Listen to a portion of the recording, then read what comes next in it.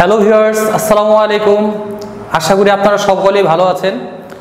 তো আমি আজকে আপনাদের সামনে ম্যাথমেটিক্সের একটা ইম্পর্টেন্ট জিনিস নিয়ে আলোচনা করব, সেটা হচ্ছে বিন্যাস ও সমাবেশের একটা অংশ। তো আপনারা সবাই অবশ্যই জানেন যে বিন্যাস ও সমাবেশ এটা খুবই ইম্পর্টেন্ট একটা টপিকস ম্যাথমেটিক্সে, কারণ অ্যাডমিশন থেকে শুরু করে পরীক্ষা কিংবা এইচএসসি কিংবা টেস্ট পরীক্ষা কিংবা কলেজ আর অন্যান্য এক্সামে এটা খুবই গুরুত্বপূর্ণ। তো এখন আমি একটা ওয়ার্ড ইউজ করে কিভাবে 8টা টাইপের কোশ্চেন ইজিলি সলভ করা যায় এটা আমি দেখিয়ে দিচ্ছি। তো এখানে আমি লিখেছি 1 ওয়ার্ড 8 কোশ্চেন্স। এখন দেখেন আমি বলছি কি, ডটার শব্দটি স্বরবর্ণগুলোকে একত্রে রেখে, একত্রে না রেখে, পাশাপাশি রেখে, পাশাপাশি না রেখে, ক্রম পরিবর্তন না করে, নিজেদের মধ্যে আপেক্ষিক অবস্থান পরিবর্তন না করে, অবস্থান পরিবর্তন না করে জোর স্থানে রেখে কতভাবে পুনর্বিন্যাস করা যায়। তো আমি এখানে কয়টা টোটাল 1 2 3 4 5 6 7 8 টোটাল 8টা কোশ্চেন লিখছি।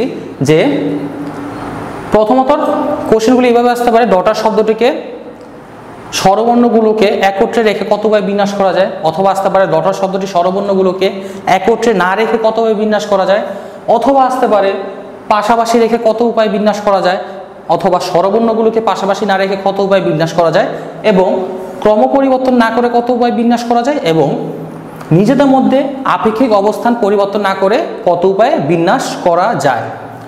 অথবা আরও আসতে পারে যে অবস্থান পরিবর্তন না করে। এখানে অবশ্যই খেয়াল রাখবেন আপেক্ষিক অবস্থান পরিবর্তন না করে আর অবস্থান পরিবর্তন না করে দুইটার মধ্যে তফাৎ আছে একটু, এটা আমি একটু পর আলোচনা করব। এরপর লাস্ট কোশ্চেনের ক্ষেত্রে স্বরবর্ণগুলোকে জোর স্থানে রেখে ঠিক কত উপায়ে পুনর্বিন্যাস করা যায়।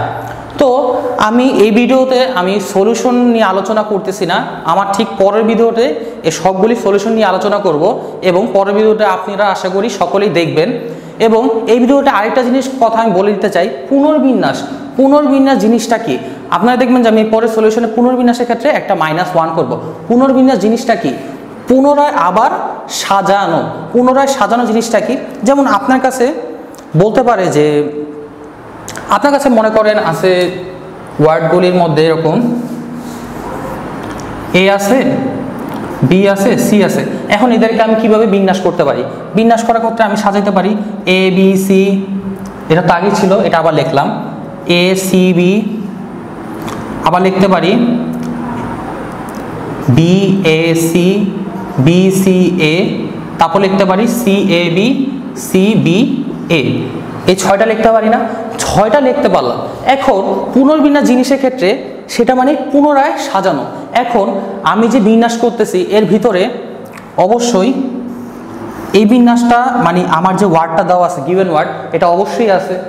তো গিভেন যে জিনিসটা দেওয়া আছে এইটা বা আরো নতুন কত উপায়ে সাজানো যায়, এই জিনিসটা হচ্ছে পুনর্বিন্যাস, মানে নতুন করে আরো কত উপায়ে সাজানো যায়। তাহলে এখানে নতুন করে এখানে টোটাল কত উপায় সংখ্যা 6টা, তাহলে নতুন করে সাজানো গেছে কত, এটা তো আগে থেকে ছিল এবিসি, তো নতুন করে সাজানো গেছে 5টা। তাহলে কি আমার পুরান যে একটা ছিল এটা এক বিয়োগ দিতে হবে না, এই যে একটা বিয়োগ দিছি এই কারণে যে পুনর্বিন্যাস মানে কি আমার যা দেওয়া আছে এটা বাদে পুনরায় আরো ঠিক কত উপায়ে করা যায়। তো ভিউয়ার্স আজকে এতটুকু পর্যন্তই এই ভিডিওর জন্য। তো আশা করি পরের ভিডিওটা দেখবেন, পরের ভিডিওতে আমি সলিউশন নিয়ে আলোচনা করব, এবং আশা করি আপনারা সলিউশনটা অবশ্যই দেখবেন, এবং যদি কোনো প্রবলেম হয় অবশ্যই কমেন্ট করবেন, এবং আমার ভিডিওতে লাইক দিবেন, শেয়ার দিবেন, এবং সেই সাথে অবশ্যই সাবস্ক্রাইব করবেন চ্যানেলটিকে। ধন্যবাদ।